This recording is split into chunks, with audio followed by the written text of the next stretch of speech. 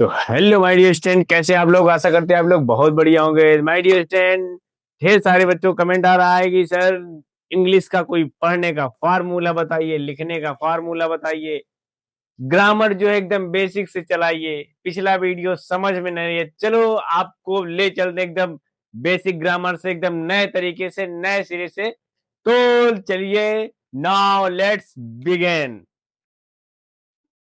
तो सबसे पहले हम आज स्टार्ट करेंगे एबीसीडी से। तो एबीसीडी से स्टार्ट करते हैं। सबसे पहले हम लिखेंगे, यहां से स्टार्ट करेंगे, यहां से अल्फाबेट से।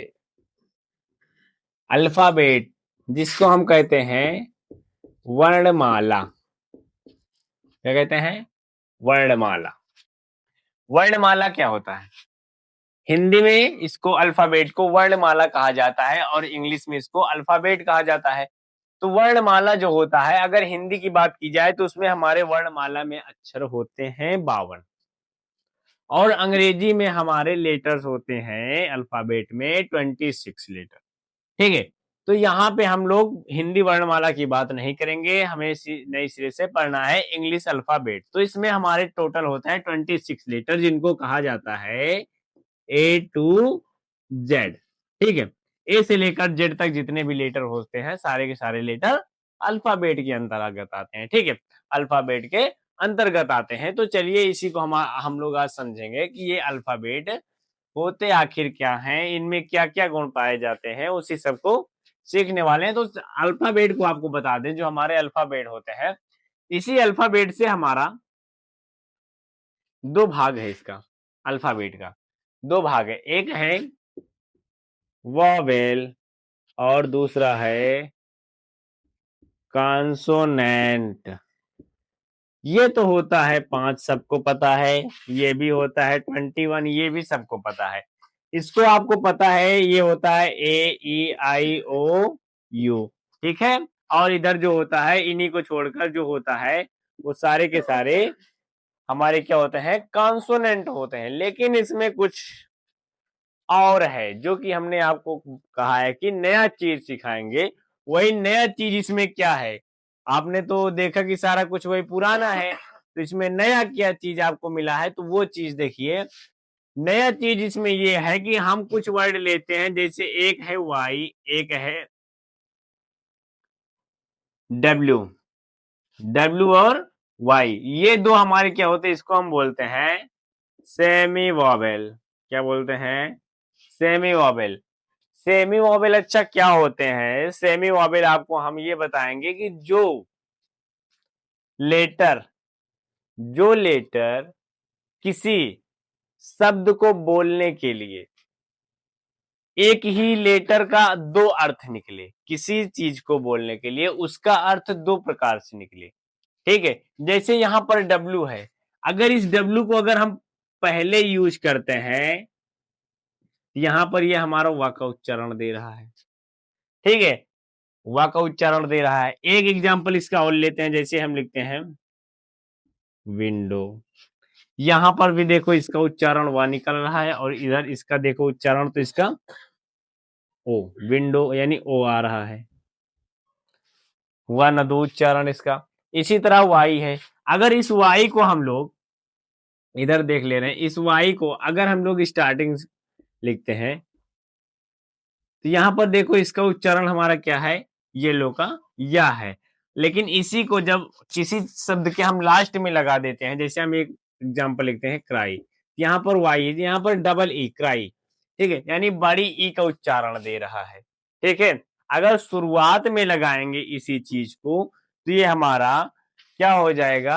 अलग उच्चारण आएगा, और लास्ट में लगाएंगे तो इसका उच्चारण अलग आ जाता है। तो जिस लेटर का उच्चारण अलग अलग आता है उसको हम सेमी वॉवेल कहते हैं। ठीक है।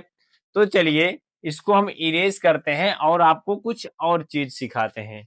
तो वीडियो के अंत तक बने रहिएगा, तभी मजा आएगा। बीच में कुछ आपको हम ऐसा चीज बताने वाले हैं जो कि आप लोग सोचे नहीं होंगे। एकदम बेसिक से चल रहा है, जो यहां से नहीं सीख पाएगा वो कहीं से नहीं सीख पाएगा। ये बात हम गारंटी के साथ लिख के दे सकते हैं। देखो ये तो इतना समझ में आ गया होगा सबके। अब हम लोग चलते हैं इसके दूसरे कदम की ओर, जिसका नाम है लेटर। क्या है? लेटर। यहां से स्टार्ट होता है हमारा लेटर, जिसको हम कहते हैं अक्षर। क्या कहते हैं? अक्षर कहते हैं।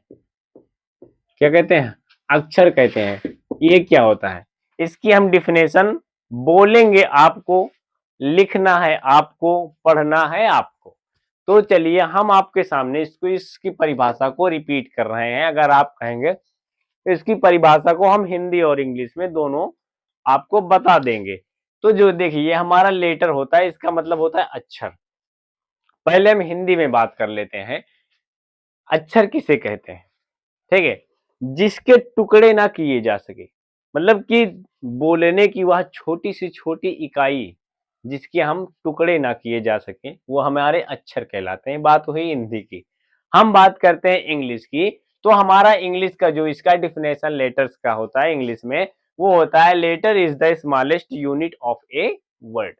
ठीक है, a letter is the smallest unit of a word.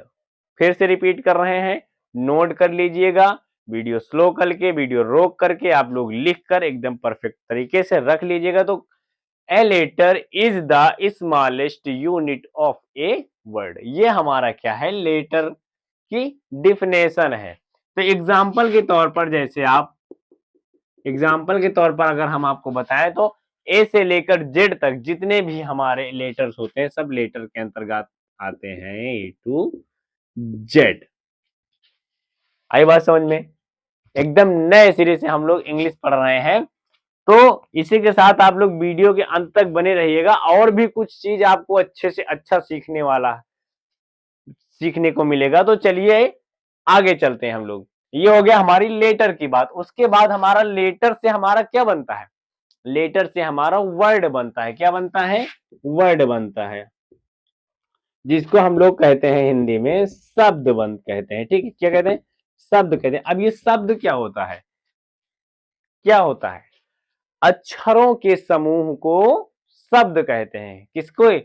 अक्षरों के समूह को शब्द कहते हैं, जिसका एक प्रॉपर मतलब निकले, जिसका कोई एक अच्छे से अर्थ भी निकले। नहीं तो कहो चलो लिख दें ऐसे, आ लिख दें, इसी में और ई लिख दें, तो इस वर्ड का कोई मतलब निकलेगा? नहीं निकलेगा ना। तो उसी प्रकार से शब्द वही कहलाता है लिखने पर जो हमारे क्या होता है। ये तो है, ठीक है, चलो अक्षरों के मेल को हम शब्द कहते हैं, वो ठीक है, लेकिन उसका कुछ ना कुछ अर्थ निकलना चाहिए।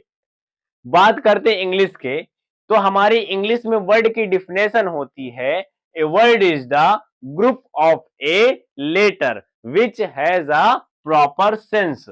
ठीक है, a word is the group of a letter which has a proper sense. Video रोक के आप डिफिनेशन अच्छे से सुनकर कॉपी में अपने लिख लीजिएगा, पेन कलम के साथ बैठा करिए, हमेशा आपको हम बताए हैं। चलो फिर से एक बार रिपीट करते हैं, a word is the group of a letter which has a proper sense. यानी कि जो हमारे लेटर्स होते हैं, इनके समूह ग्रुप को अगर मिला दिया जाए, जैसे एग्जाम्पल के तौर पे हम एक शब्द ले लेते हैं आर, एक शब्द लेते हैं ए, उसके बाद एक ले ले ये एम, तो ये हमारा क्या बन गया? राम। इसका एक सेंस निकलेगा। जैसे कोई और वर्ड, जैसे डॉग ले लिए, इसका एक सेंस निकलेगा। होम ले लिए, इसका एक सेंस निकलेगा। ठीक है, जिसका कोई सेंस अगर नहीं निकलता है, वो हमारा वर्ड के अंतर्गत नहीं आता है। ठीक है, तो ये हमारा हो गया वर्ड। जैसे कोई अच्छा लिख देते, जैसे ओ लिख दिए, आर लिख दिए, ई लिख दिए, एस लिख दिए, पी लिख दिए, कुछ भी लिख दिए ऐसे करके, तो ये क्या हमारे इस शब्द का कोई सेंस निकल रहा है? अगर इस शब्द का कोई सेंस नहीं निकलेगा, तो जब तक किसी शब्द का सेंस नहीं निकलता, वो शब्द के श्रेणी में नहीं रखा जाता। आशा करते हैं हमारी ये बात आपको समझ में आ गई होगी कि हम कहना क्या चाहते हैं। तो जिस शब्द का हमारा सेंस निकलता है, प्रॉपर मतलब निकलता है, वही हमारा वर्ड के अंतर्गत आता है। आई बात समझ में? तो चलिए इसको हम थोड़ा सा इरेज करते हैं, क्योंकि अपने पास जो जगह है वो थोड़ी सी कम है। इसके बाद हम लोग चलते हैं इसके अगले पड़ाव के ऊपर। इसके बाद हमें मिलेगा क्या?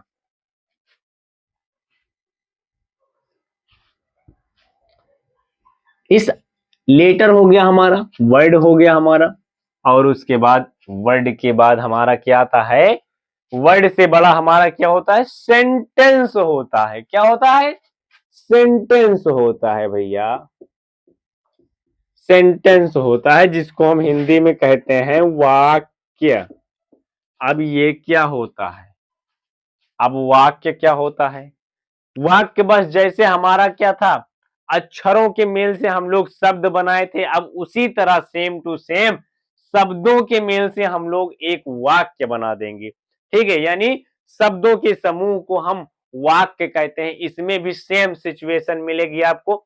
उस वाक्य का भी हमारा एक सेंस निकलना चाहिए। अगर किसी शब्द का सेंस नहीं निकल रहा है, किसी भी वाक्य का सेंस कोई मतलब नहीं निकल रहा, तो वाक्य नहीं कहलाता है। तो इसमें हमारी इसकी हम डिफिनेशन इंग्लिश में आपको बताएंगे। इसकी डिफिनेशन होती है, a sentence is the group of a word. A sentence is the group of a word which has a proper sense. यानी शब्दों के समूह को हम वाक्य कहते हैं, जिसका कोई मतलब निकले, जिसका कोई एक अर्थ निकले प्रॉपर तरीके से। ठीक है, जैसे मान लीजिए हम यहाँ पे कोई सेंटेंस लिखते हैं, कोई शब्द लिखते हैं, ऐसे आलतू फालतू शब्द उठा के लाग दे दिए। जैसे हम लिख दिए आज, था, वह, गया, वहां, ऐसे ऐरा गैरा कोई शब्द लाके उठा के यहाँ पर रख दिए। शब्दों का समूह तो यहाँ पर इकट्ठा तो हो गया, शब्दों का समूह तो बन गया, लेकिन क्या कहलाया? क्या ये सेंटेंस कहलाया? क्या एक हिंदी में अगर बात की जाए तो क्या ये वाक्य कहलाएगा? वाक्य कहने का लायक है ये? नहीं है। तो इसी प्रकार हम जब इंग्लिश में कोई भी शब्द लिखेंगे तो उसका हमारा एक प्रॉपर सेंस निकलना चाहिए। जैसे हम लिख देते हैं, राम इज गुड बॉय। अब यहां पे देखो, Ram is a good boy. Ram का मतलब आपको पता है, इज मतलब पता है, गुड का मतलब पता है, बॉय का मतलब पता है। ये एक सेंस में लिखा भी गया है ना? ये एक सेंस में लिखा भी गया है। और ये हमारा, जैसे कोई ऐसे कर दिया जाए, जैसे good is very Ram there, ऐसे कोई शब्द लिख दिया जाए आपको, तो क्या ये सेंटेंस के अंतर्गत कहलाएगा? नहीं, ये सेंटेंस के अंतर्गत नहीं आएगा।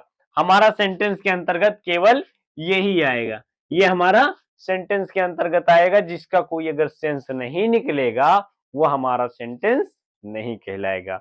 आशा करते हैं यहां तक का वीडियो आपको अच्छे से समझ में आएगा है। अगर ये वीडियो आपको अच्छे समझ में आया है तो वीडियो को लाइक करिए, चैनल को सब्सक्राइब करिए और बेल आइकन को दबाना ना भूलिए। तो इसी के साथ ये क्लास यहीं पर समाप्त करते हैं। मिलते हैं आपको एक नेक्स्ट वीडियो में इसका सेकेंड पार्ट लेकर। तब तक इंतजार करिए। जय हिंद, जय भारत।